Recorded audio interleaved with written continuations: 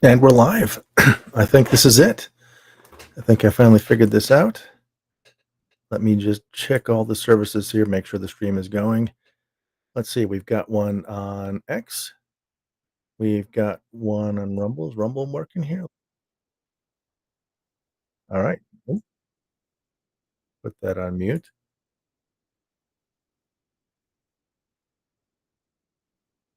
Oh, that one's going there. Let me mute that one. Okay. And then locals. Oh, locals is not starting. Interesting. Let me refresh the page. I think you have to refresh the page on locals for some reason. Yeah, there it is. And then it is doing it. Okay, cool. All right, so I've got like simultaneous streams going here. I'm supposed to be able to see chats from all the services in this one place. I've got this software called Rumble Studio, and I picked it because it seems to be the simplest of the studio multi-streaming things going on here. They don't have a lot of features, so it seemed like it'd be something I could master fairly easily, if that makes any sense. So I've got that going. Hopefully, my internet will not crash again tonight.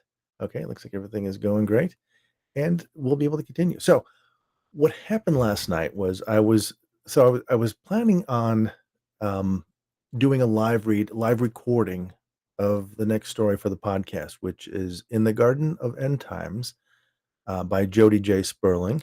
If you haven't seen him on Twitter, give him a sub. He also has a podcast called "Becoming a Household Name." And he lives over on Substack. You'll find his podcast hosted there, but you'll find it on, of course, all the podcast platforms. And he also publishes some articles. I think he's got a newsletter as well, and he's got this great series of novels out, the Luke and Time Mysteries. First one he likes to describe as was it Groundhog Day crossed with what was that movie with Brad Pitt? It was half cartoon, something city. Oh, anyway, It's it's it's more of like a hard-boiled detective, with one foot in urban fantasy, is how I like to describe it. Really good. Um, Pick up the audiobooks. He got an excellent narrator, this woman who just nails the character, brings her to life and death and life. I'll give you a little hint about what happens in the story. But, really, really well done audiobooks. I hope I can get that good someday. Alright. Um, let's see, I was, uh also going to let me see if I can, fire up a space too. You know what? I'm gonna wait till after I finish reading to fire up a space. I was gonna see if I, can actually talk to people on space, if there's anybody out there, but if I fire up a space, maybe that'll bring people in, I don't know. Alright, so anyway, like I was saying, last night, I was going to do a live recording of this episode, but I discovered that when I'm using the mic to broadcast, it interferes with the levels on my recording software, so I can't um, do a live recording. So I did just a live read. And I'm thinking in the future when I do this, what I'll do is I'll like do my like last run through live on the podcast and then I'll do my recording offline. That way I'll be able to get the the best of both worlds. And so I'll be able to share the story with you guys, work out the kinks, work on the voices, and then I'll be ready to do the recording probably directly after that at 1 in the morning. So we got about two-thirds of the way through the story, and the page just went dead. And I'm refreshing, I can't reach the website. And then I go to the other pages, can't reach it. My internet went down. And I'm like, I've got like fiber internet. There was no storms, there was nothing going on. It was just some weird outage that just happened to happen right then. So it kinda died. I couldn't end the stream too, that was the crazy thing. I had to, like, download the, Rumble Studio app on my phone and then end the stream there, and, I don't even know if the last bit I recorded through my phone made it onto the stream, but I we'll see what happens. Alright, so anyway, what I'm gonna do tonight is I'm gonna finish reading the story. I actually did record it earlier tonight. So I've got my recording locked down, but I want to finish sharing the story with you guys in case anyone is actually watching these live or later on. And then, of course, please tune in to the story. I'll be dropping it a week from tomorrow on the podcast. It'll be my Tuesday story drop. I'm probably going to do another story this week as well. If you checked out the first episode of this, I was workshopping a story idea I had. I nailed it, and I've been working on writing that, and I'm probably going to record that Wednesday night and then backdate it to the Tuesday so that it looks like I do a story every week. A little cheating, I know, but that's okay. All right, um, so anyway, I'm going to do this, and then yeah, check out the episode when it drops next Tuesday. I'll have sound effects, I'll have music. In fact, tonight we may take a look and see what type of music might go good with this. I'll show you this my source for music and sound effects, which is kind of cool. And then also a week from Saturday, 9 a.m. Central, I'm going to do an interview with Jody. I'm going to do a special. I'm going to start doing this for authors, guest authors I have on the podcast. Just gonna do like a 20, 30-minute interview, talk about the story, give a little bit of background of them, find out what their inspiration was, find out what their thinking was, find out if there's any hidden messages in the story. I think it's gonna be fun. So that'll be something that I'll probably drop on Saturdays. So right now the schedule is Tuesday short stories, Thursday novels, and then once a month on a Saturday I'll do an author interview. And then I've also been, from time to time, dropping in some flashbacks, some holiday specials of previous episodes and stuff, just so that new audiences who may not go back 60 some stories to the beginning will see hear some of the earlier stories. And a lot of times I'm going back and remastering the stories because what I know now about recording and what I know now about production is far exceeding what I knew way back then. So I'm taking the opportunity to go back and do that. Oh, and my first anthology of stories from the podcast, The Charlatan's Conundrum and Other Bedtime Stories for Insomniacs, is coming out. Uh, let's see, a week from no, no, no, no. I'm interviewing Jody this Saturday, and the following Saturday, September 7th, is when the book is going to come out. I'm going to drop the paperback, the audiobook, the ebook, and I'm also going to be doing signings at the Printers Row Literary Festival in Chicago. So if you're in the Chicago area, uh, within 100 miles, come out to that. It's actually a huge book fair. Lots of authors, lots of deals, lots of programming too, lot interviews and stuff like that. So come out, say hello. Jody's going to be there as well. And Christopher Talon is also going to be there. Hopefully, I'll get a story of his on here. I'm going to talk to him about that, see if he can't write a story so we can have him on the podcast as well. So I think that's all caught up now. I think that's all my news. Um, Without further ado, let's get started. So we had left. If you guys are coming in the middle of this, you may want to either pause or fast forward or something. Nah, you listen to it. It's fine. We had just left Jesus. Leaving Damascus, right? Yes. And she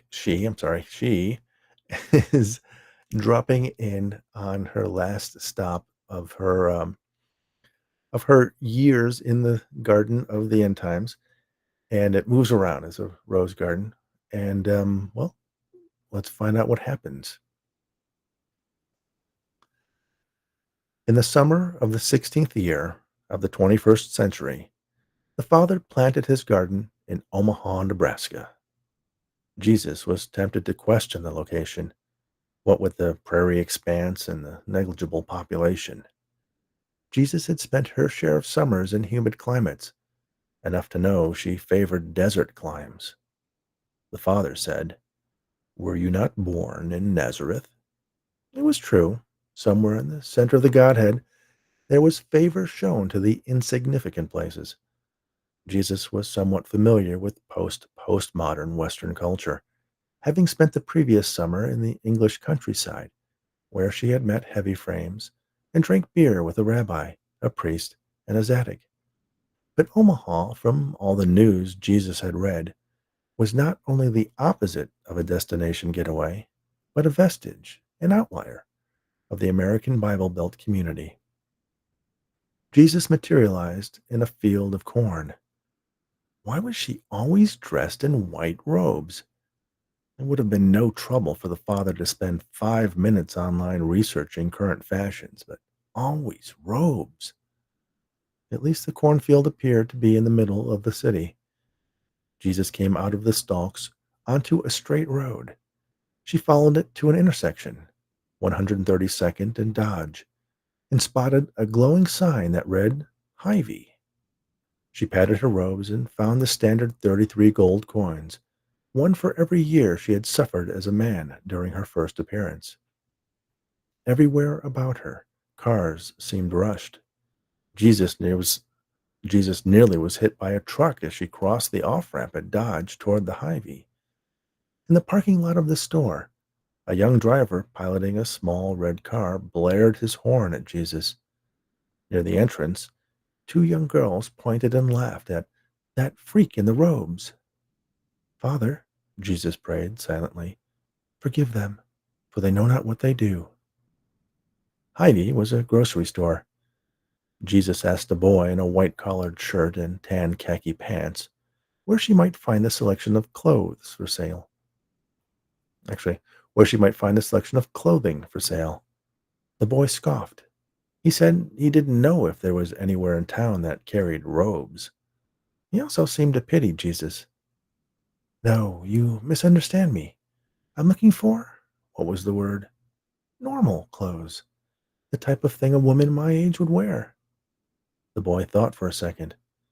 There's a Target down on Maple. Where? The boy's face scrunched. He knew he was experiencing something unique, but he couldn't decide if it was the kind of unique he should respect or scorn. Keep west on 132nd, he said. Walking, Jesus had found it difficult to breathe. The air, so full of moisture, caused her to wrestle for every lungsful. She arrived at Target panting and painted with sweat. The wool of her robes beneath her arms and around her thighs was soaked through.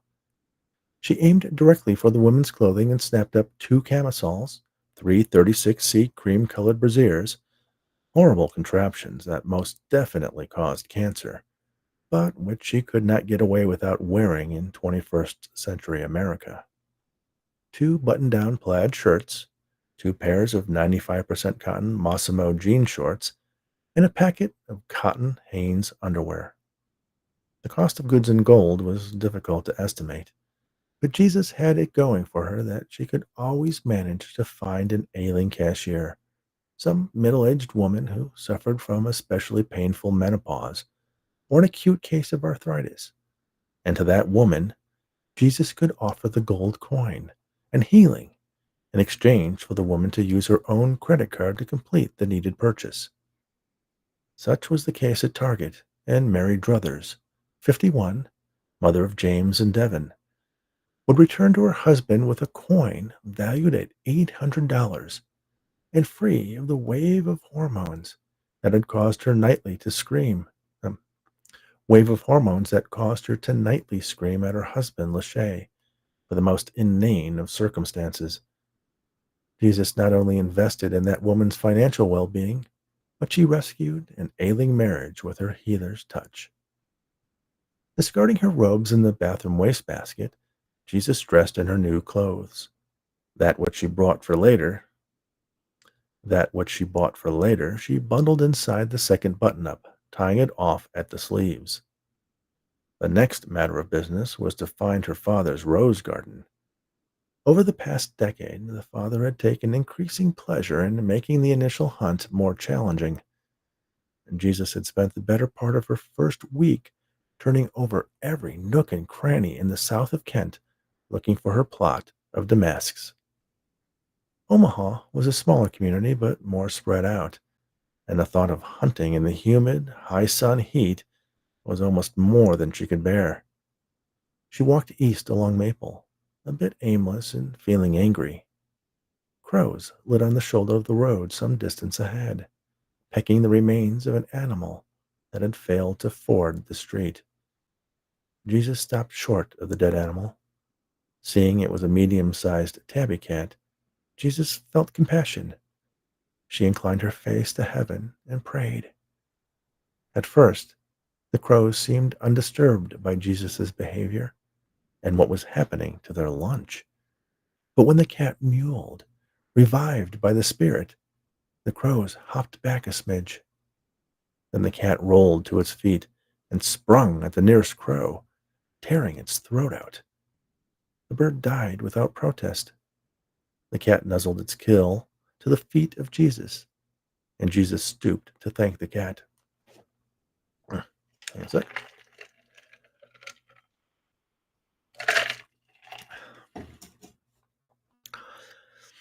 Go ahead, eat it. You must be famished. Death is a tiring business, and life so much more. The cat butted its head against Jesus' soft ankles, and turning, set about picking the meat from its kill. Jesus scanned the horizon. At the intersection of 120th and Maple, there was a man, elderly, wearing filthy clothing. He held a sign: Repent, the end is near. Jesus walked through the heavy, wet air, leaving the cat to its meal. She hoped the cat had learned its lesson and would turn back from the road when it was well nourished. Nearing the filthy man, Jesus called out, "You wouldn't happen to know of any new rose gardens in the area?" The filthy man lowered his sign slightly. His jaw hung slack. This was always the way with the religious. They sensed Jesus before they knew her. But even though they came to know her, she never withheld her identity. They never embraced her. This filthy man was especially dumbfounded. "You're the Son of God." It was Jesus' turn to marvel. "You have said so." "Never thought you'd be so purty." The Son of Man was not one to behold. "Well, tastes change, I suppose." "Perhaps," Jesus said. She was at least considering the possibility that to one who recognizes God in man, beauty is of limited importance. "Can you believe these folks?" the filthy man said. "Every one of 'em drives past here, and not one of 'em so much as look at me. They all seem to think I got disease in my bones." Jesus saw that, in fact, the man did have disease, though not in his bones, but in his mind. He suffered from a lack of monoamine. And I looked up in the process. He suffered from a lack of I'll get it. He suffered from a lack of monoamine serotonin synthesis. The resulting condition, severe anhedonia, likely left the man his street side post. Severe anhedon. The resulting condition, severe anhedonia. Likely, the man left his street side post each day to return home, wherever home was, and upon reaching that place, succumbed to a crushing weight of depression near unto suicide. "May I lay hands on you?" Jesus asked. "Be my guest," the filthy man said. "I ain't been touched by no hands in longer'n I can remember." Jesus did, and she drew the sick from him. The filthy man's eyes brightened, and with the light there, he seemed not half so foul. "A mighty kindness," the man said. Jesus said, "Now, about those rose gardens." The man folded his sign. It felt weightless to him. Might be every driver down the stretch of road was aimed right at hell, and it couldn't seem to matter suddenly. "I don't seem to remember any news of new rose gardens. Over there," he pointed crosswise through the intersection, "there's the best garden shop in all Omaha. They'd be likely to know about new gardens, I expect." Jesus followed the man's outstretched arm. "Thank you," she said. The man nodded. Turning to walk away, Jesus paused. She looked back. What about the Cubs? The Chicago Cubs? Good gosh almighty, the man said. They nearly won the whole cheese last year. Come right up to the Mets and crashed. This year they're supposed to be twice as good. Expect it might be high time. Jesus waved and thanked the man. The Cubs, who had been in third place in their division when she returned to her father from Kent the year before, had almost won it. And they were even better this season. As she walked to the garden store, she could almost taste the wine on her lips. Okay, that's it. So now, if you had listened to the first two thirds, that ending part would make more sense because she explains that the only clues that her father had given her about the restoration is that it would happen when the Cubs had won the World Series three times. And of course, they won it twice back in the early 20th century and then had a dry spell of over 100, I want to say 30 years. That sounds about right. And so she, so I think he wrote this before the Cubs actually. I'll have to ask him if he wrote this before or after the Cubs won. Anyway, that's the story. It's one of those I think that's really heavy. It's more literary than what I normally put on the podcast, but I really love Jody's writing. I mean, he uh, he has a tendency to create a his own style for the story. Each story he writes seems to have like its own um, style to it. Whereas I think my stories tend to have a consistent style. It's like they're an episode of a podcast.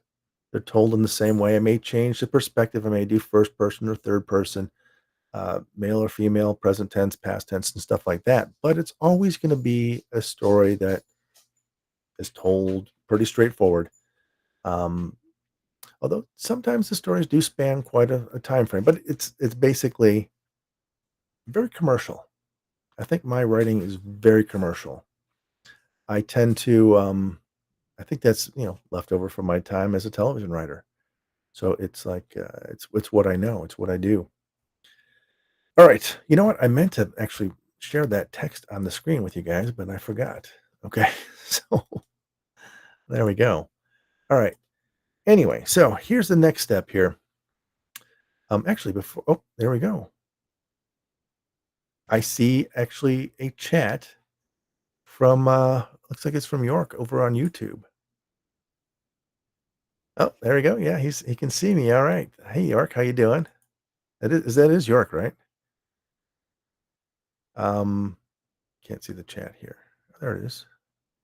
Yep. Welcome to Earth Stories. So another great fiction podcast. If you haven't heard Welcome to Earth Stories, um, it's I'm trying to find the right words to describe it. Just go check it out. Go to Welcome to Earth Stories. It's a sort of an ongoing serial type of story going on there, and it's one of those that I think it's more serial than what I do. All my stories are self-contained, but York has got an ongoing storyline going through there. What is it? Did you just vision? Did you just finish season 2 or season 3? I'm trying to remember what you're on, but go check that out. Podcast, Welcome to Earth Stories by York Campbell. And there's also supposedly an after show. And I think I heard a little bit of one episode, but there was some sort of uh, I saw a post on X that the hosts had you on, and something weird happened. They were asking weird questions. Well, anyway, glad to see you drop in.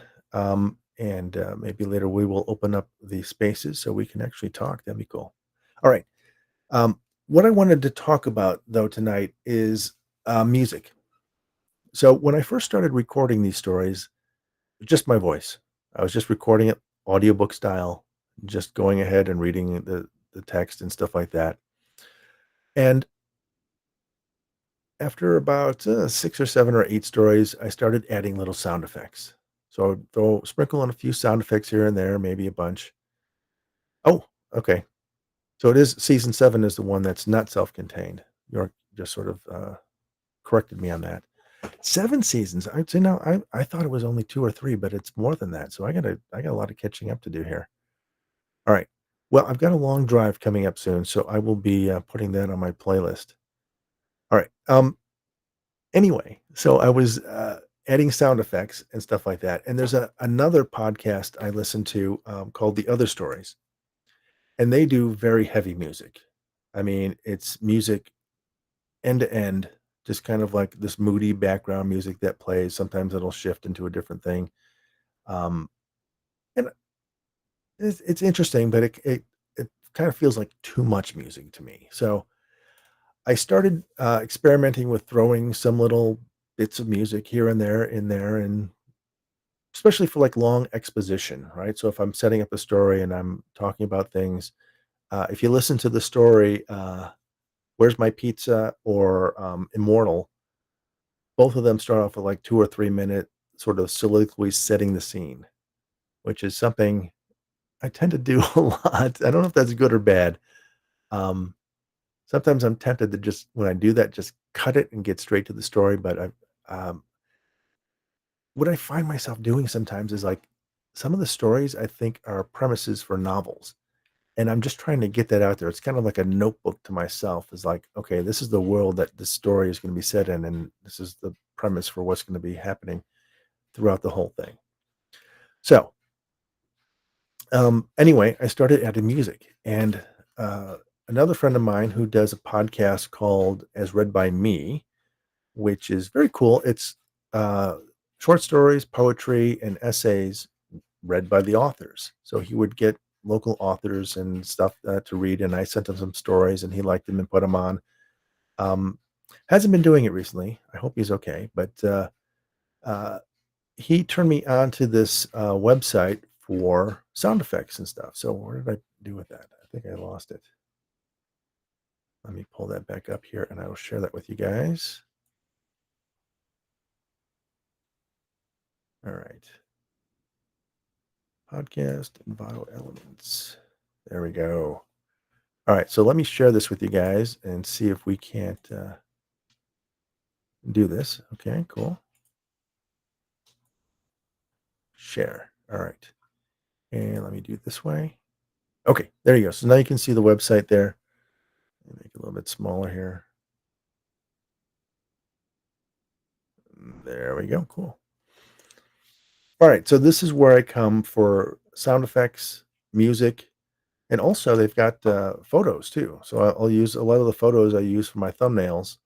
I'll come through here. I will grab a photo, maybe crop it a little bit, and then I put it through this watercolorizer. It sort of like turns it into a watercolor painting, and I kind of like that. That's what I've been using for the last year or so, and that's what I also used for the book, for the little um, images that are before each story. All right, so this is how this site works. If I'm looking for sound effects, so for example, in this one, what do I have? I got? I've got. Let's see here, drinking beer, right? So I got these sound effects here. See if you can hear this. Audio Jungle. And then they put in that watermark there. Let's try this one. Audio Jungle. Can you guys hear that? Try this one. Yeah, it's kind of subtle. Some of these are very subtle. Pouring beer. Maybe you can hear that. So this is something I might use for the bar scene at the beginning of the book. I could also look for. Like to look for ambiance too. Ambiance bar. So here's crowded bar, small bar, ambiance.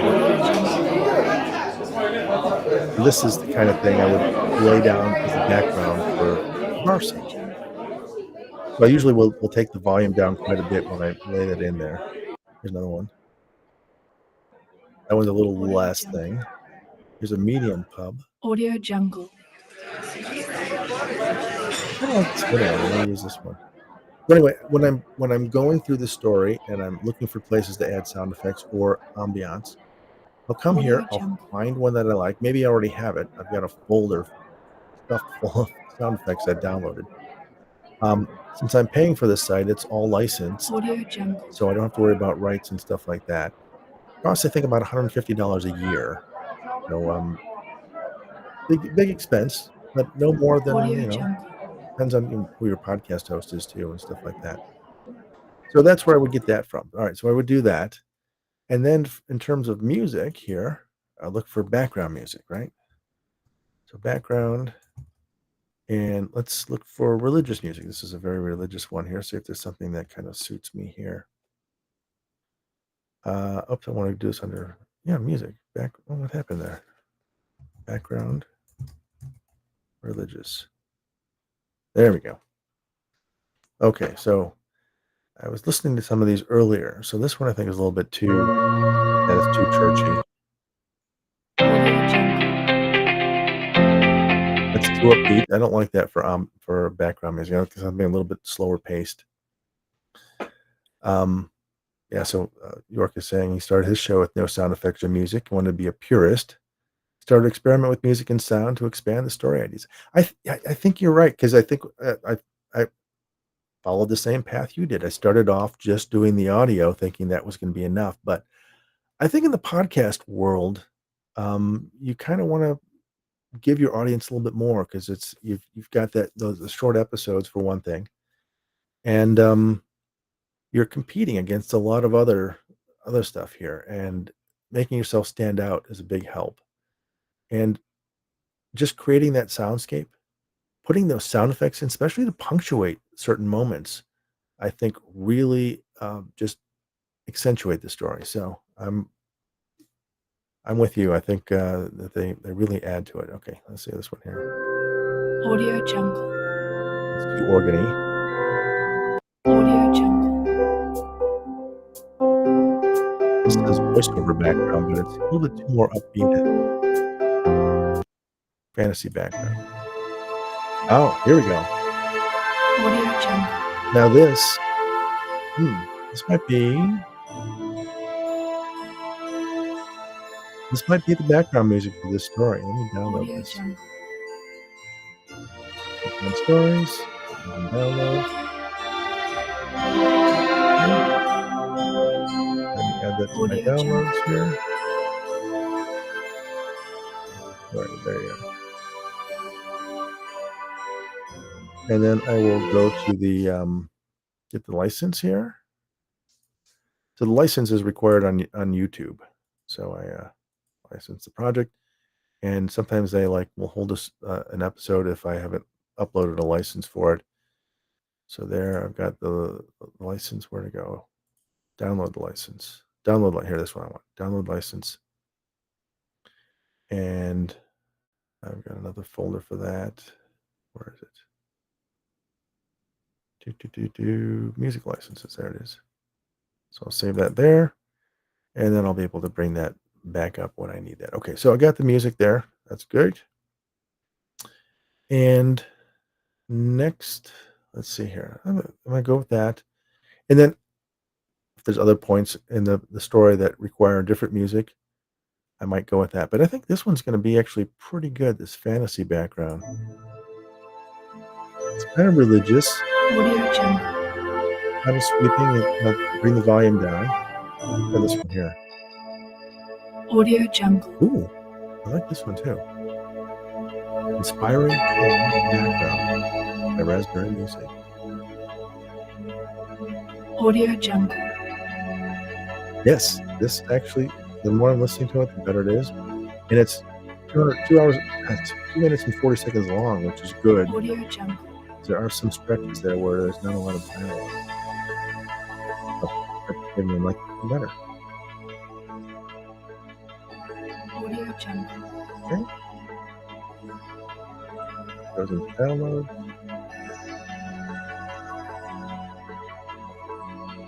And then this goes to the license.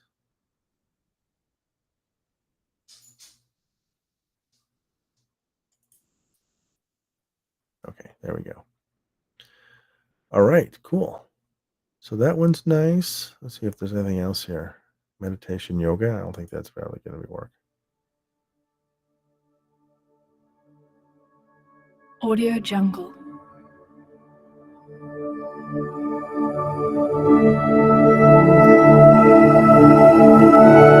Audio Jungle. Yeah, that's too much. The chanting. Let's see if this is any good. Audio Jungle.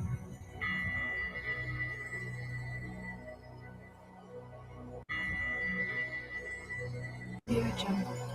Oh, here's the chanting. That's a little too heavy-handed. Fantasy medieval. Nope. Nope. Nope. Nope. Epic fantasy background. Nope. Nope. Nope. Soft Audio atmosphere Jungle. background.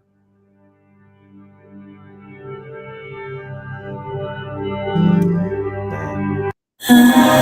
Audio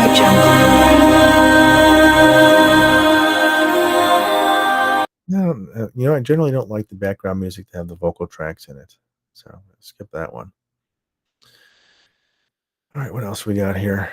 Soft ambient. Audio Jungle. Ooh,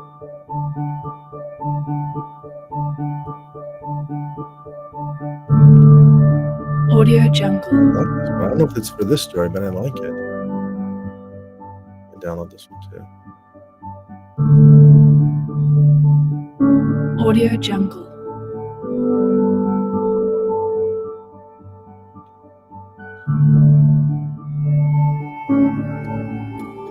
Audio Jungle.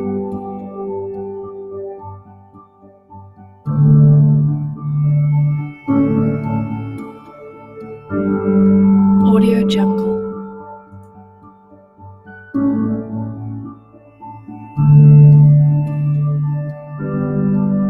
I guess there's no license for this one. Audio No Jungle. license.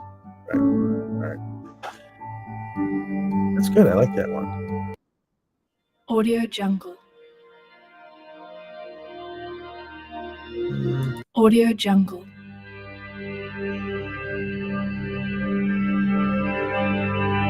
so, like when I was picking out the music for the Audio theme Jungle. for the show, uh, probably listened to 50 or 60 different tracks before I found something I liked. Yeah, this is too, yeah, it's too atonal.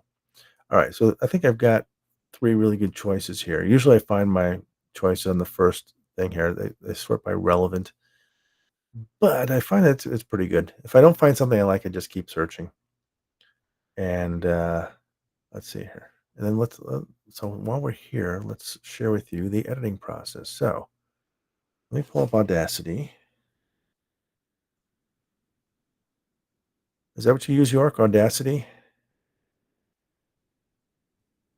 All right, I'm going to share that instead. Window. There it is. Share. Okay. There we go. And so this is my audio track, right? So I've got the introduction here. Have you ever seen a man on a busy street corner or perhaps on the side of a highway? So that's the introduction here, right? So the introduction usually goes, yeah, about 35 seconds or so. And I've got a track of introduction music. I'm going to drag over here real quick. So I come here to this, bedtime stories, theme.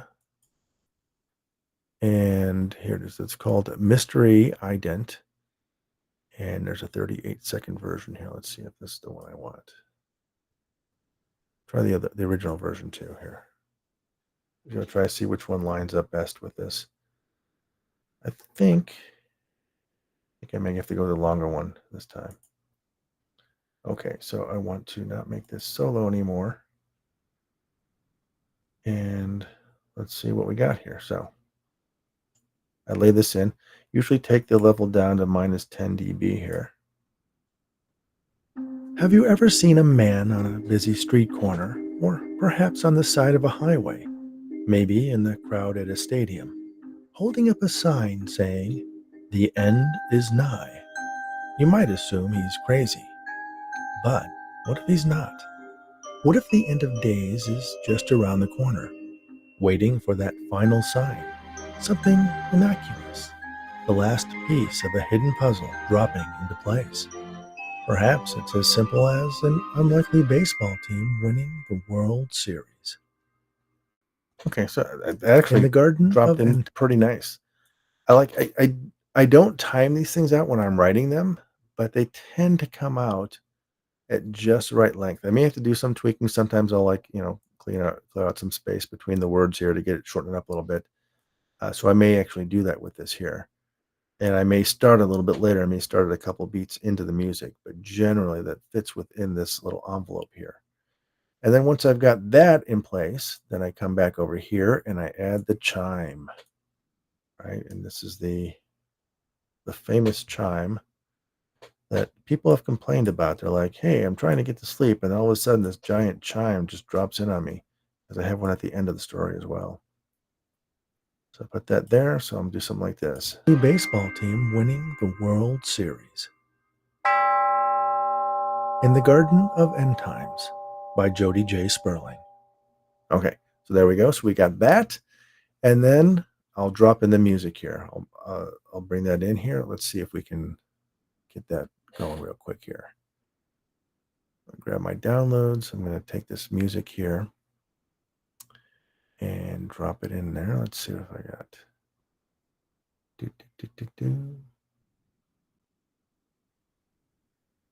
All right. Open a new window. Oops, there we go. And so I've got this giant folder, like I said, of sound effects here. And what I'm going to do is drop these each in the music folder. So I've got a music background folder here. And I'm going to grab my soft ambient background, drop it in there. Grab my inspiring calm background and drop it in there. And then my fantasy background and drop it in there. So soft ambient was the one I liked. It was the third one I heard. I'm going to drop that over here and see what we get. All right, so we can fold these up. There we go. And we'll spin this up here. I'm going to drag this over here and see how this fits in with this. I'll start the music about halfway through the words there, and then that. Let's see what happens here. By Jody J. Sperling. Jesus finished the beetle picking early and went to a village in rural Kent for a beer. What she really looked forward to was the day of restoration, when she could drink wine again. This actually 2,000 years ago, really nice. Incarnate in the masculine, Jesus had been the sort to dole out hasty vows, which is why he said, "For I say unto you, I will not drink of the fruit of the vine until the kingdom of God shall come." And promises are promises. The normal retinue of tag-alongs were in attendance, and sitting on a high stool, Jesus was trying to ignore a rabbi's doctrinal barrage of questions on account of the television tuned to ESPN. The ticker at the bottom of the screen showed the Chicago Cubs had lost again. Anywhere her father plants his gardens, from the South Bronx to Macassar, Jesus hunts for Cubs scores, because this is all her father has told her regarding his timeline for the restoration. This is the part here. You will know the time is near when the Cubs win the World Series 3 times. Which, think about it, for nearly 1900 years, that reference meant less than nothing. And so for the past 120, give or take, the very existence of baseball has been a good indicator of final things astir. What a tease then is the father. Chicago put 2 series in the bag back to back in the early part of the 20th century. And Jesus was picking out fashionable summer robes for her return to Jerusalem. But hold the rod and staff. The Cubbies hadn't gone all the way since 1908, which, yes, to Jesus, is the blink of an eye, but even blinking is longer than not blinking. Contemplating the cub's recent loss, Jesus ordered a honey wheat lager and, while waiting for her drink, let her hair down, shaking the thick mop of brown curls. All right, now I'm always amazed when this music I pick out ends in just like the perfect spot. I don't have to do any sort of fade out. I don't have to do any sort of editing. I don't have to stretch it or anything like that. Um, and it just that's just the perfect place for that music to wind out because now she's at the bar, sitting at the bar. We've caught up on all the backstory, the premise here that this is Jesus. She's a woman now, and she's hanging out in Kent, England, and now she's at her bar. And so I'm not going to work on this anymore for this, but just want to give you an idea of how I could start it on that. The other thing I'll do is I will throw some bar ambiance on there. Let's see if I have any already. Nope, I don't. So let me go back to that website and grab some bar ambiance. Oh, where did it go? I lost my. Oh, here it is. Got windows all over the place and covering things up. So let me. Should I reshare that? Yeah, let me go ahead and do that. Afraid I'm going to stop it here. There we go. All right, so I'll stop that, and then we'll come back here to Envato. Oh, that's a different one. There it is. I want to do this one. Share. Okay, there it is. Okay, good. So here we go. And then let me go back to sound effects, ambiance, bar. And there was one here that I liked. I think this one. Audio Jungle. It actually seems too busy. Let's see what this one is. Audio Jungle. Small bar. Audio Jungle.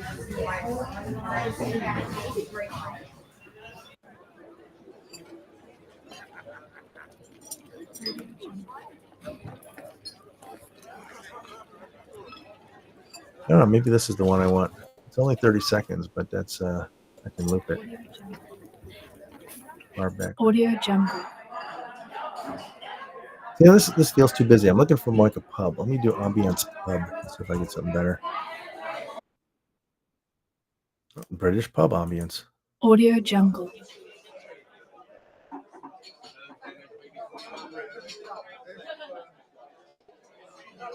Oh, that's the one. Audio Jungle. Let me grab this. And I'm going to go ahead and drop that into my sound effects folder here. Audio Jungle. Save that. British pub. Where is my other folder here? Audio Jungle. There we go. All right, so let me grab this ambiance here. Audio Jungle. It's called Bar Pub. Interesting. Okay. Let me stop it here. Let's go back to Audacity.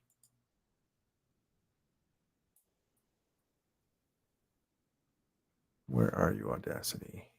There it is. And then let's go ahead and drop in this ambiance. So the ambiance I'll drop in. And this looks like it's a pretty low level here. I'll probably start it just at the same time as the music. No, not there. Let's see what the story's going. Jesus finished the beetle picking early and went to a village in rural Kent for a beer.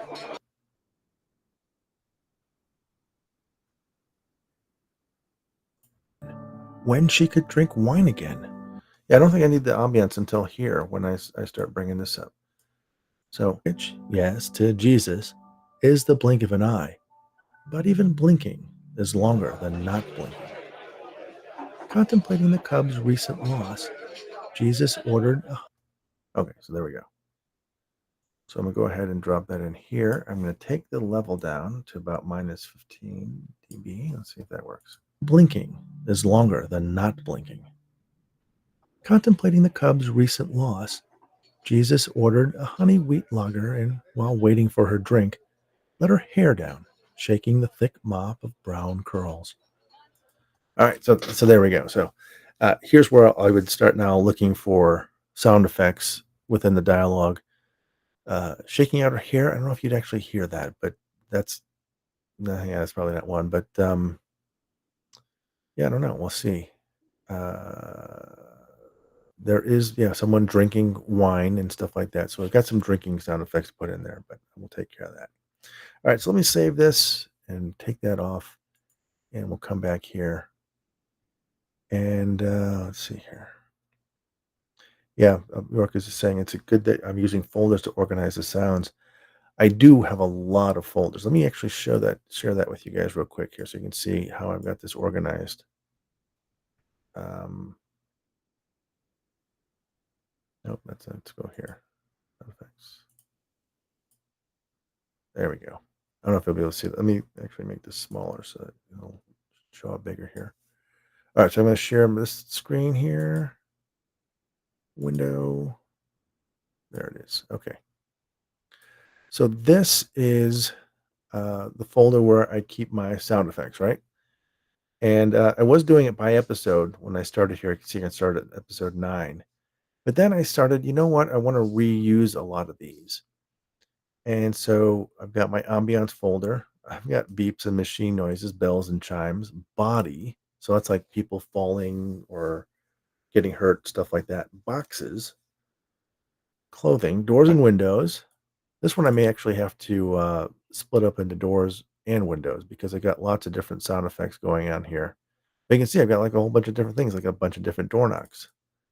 So like I'll play those and see how they sound and find the right knock for a specific scene. Yeah, so depending on what that is.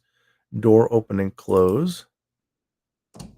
This one I use a lot. This is like an interior door opening or, door to a house. So anyway, I got all those sound effects. And then got a whole bunch of sound effects of dropping things. Electricity, fire. I'm going to need fire for this one. That's not the one I want. Fireplace. Nope, that's too much of a fire. Well, I'll figure something out. But I've got a burning branch in this one coming up here. Food and beverages. This is the one I'm going to need here, right? So I need, if I'm looking for drinking, I can go ahead and find that in here. So throat drinking wave. Let's see what that one sounds like. A little obnoxious, but if you take the level down, you can make it sound a little bit thing. Drinking water.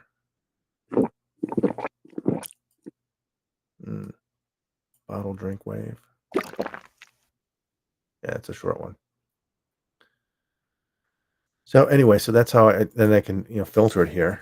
And the other thing too, which is kind of cool, is that I can come to the main folder and like search for something like car, and I'll find all the different car related sound effects in the different folders. So it's very cool. The other one I've got that's kind of cool is footsteps. So I've been collecting footsteps, and I've got this great series of footsteps here where you've got like footsteps barefoot, but at different paces, right? So here's a slow one.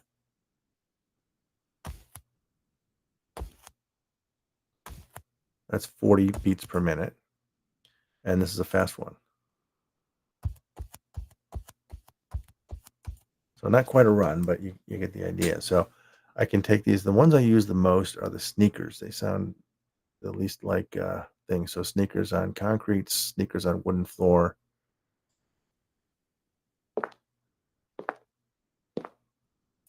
Yeah, usually at about 90 is a good pace. There you go. So doesn't sound like sneakers, but I don't care. I don't care what it actually is. I care what it sounds like, right? All right. So that's that. All right. You know what? It's getting close to the end here, isn't it? Yeah, we got like 5 minutes left.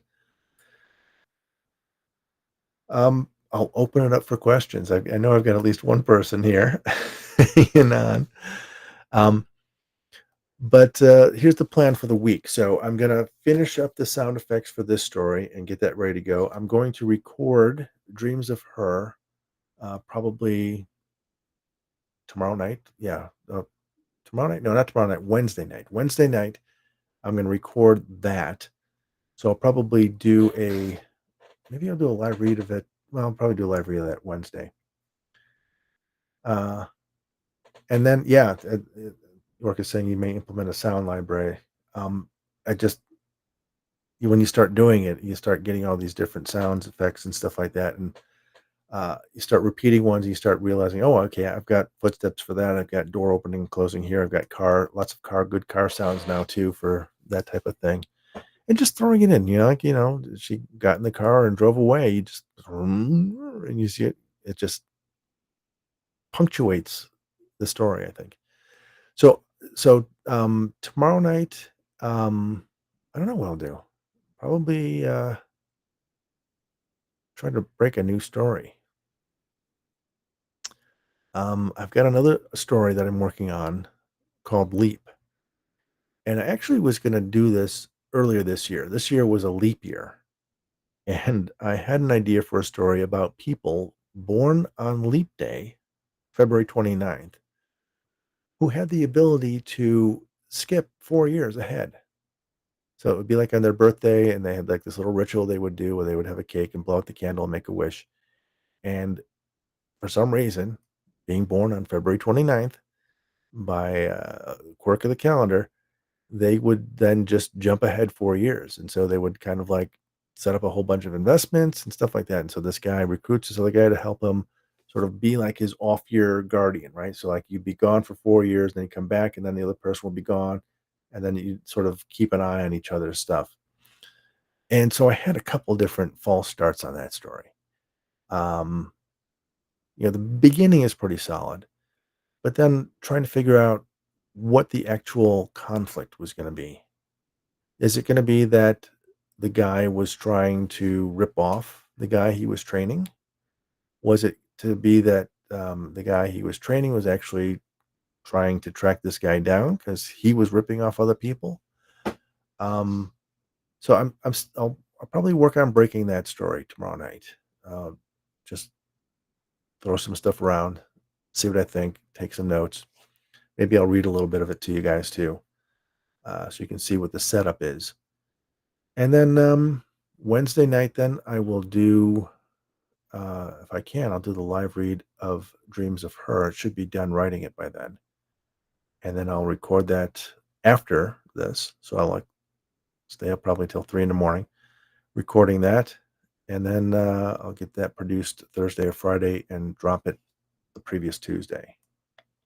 Kind of funny how I do that. But this one will be dropped the Tuesday coming up in September here. What dates that is that? That is going to be September 3rd.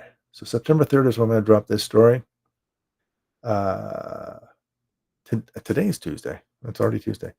September 27th is when I will officially drop Dreams of Her, but I'll be recording it actually dropping it probably Thursday or Friday. And of course, I've got few more chapters of the novel A Really Good Day on the podcast. That one is a bit of a passion project for me. It is a book that was written by my brother. Um, he passed away last December, and he had written a bunch of books. And he had wanted to like put this book back out. He had like had it, out there, and there were some typos and things like that. And I said, well, let me get this cleaned up for you. We'll make a nice cover for it, get a nice hardback edition out there. I'll do an audio version. He said, I don't know if I want you to do it. Somebody else could do it. But then he died, so I got to do the audio version. Sorry, Jim. I think it turned out really well. I'm really happy with it. So that is a story. It's called A Really Good Day. It's about a guy who is having an extraordinary round of golf, but you do not have to be a golfer to enjoy it. It's 24 episodes that are going to be, I think I'm on episode 21 now. So I've got like 3 episodes left. Um, but it's a really heartwarming story. It's a feel-good story, and you don't have to be a golfer to appreciate it. In fact, he sort of fills in all the details about the sport of golf. So if you don't know anything that's going on, you'll find out, and you'll like go, "Oh, okay, that's what that means. Oh, really? That's a weird rule," or stuff like that. So it's got some great characters. It's got some great moments, some great philosophy on life, uh, and it's kind of like my tribute to him. So I'm going to be doing that, and then he's got a series of cozy mysteries that I'm going to be reviving over the next few years as well. All right, it is 1 o'clock. Thanks for hanging out with me. Uh, I was thinking that I would like end these with a simultaneous yawn. Right, we're up late. Insomniacs. It's getting late. I'll kick off the yawn. Right, yawns are contagious. So I'm kicking it off for everybody. Start your yawns now. Head to bed. I'll see you tomorrow night.